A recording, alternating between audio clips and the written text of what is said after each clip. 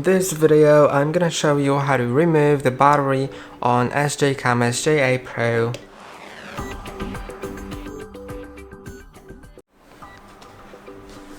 To do it, find the door on the bottom of the camera, then slide them out.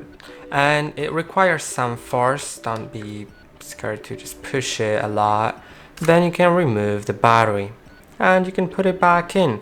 Mind the pins, that the pins need to go a certain way.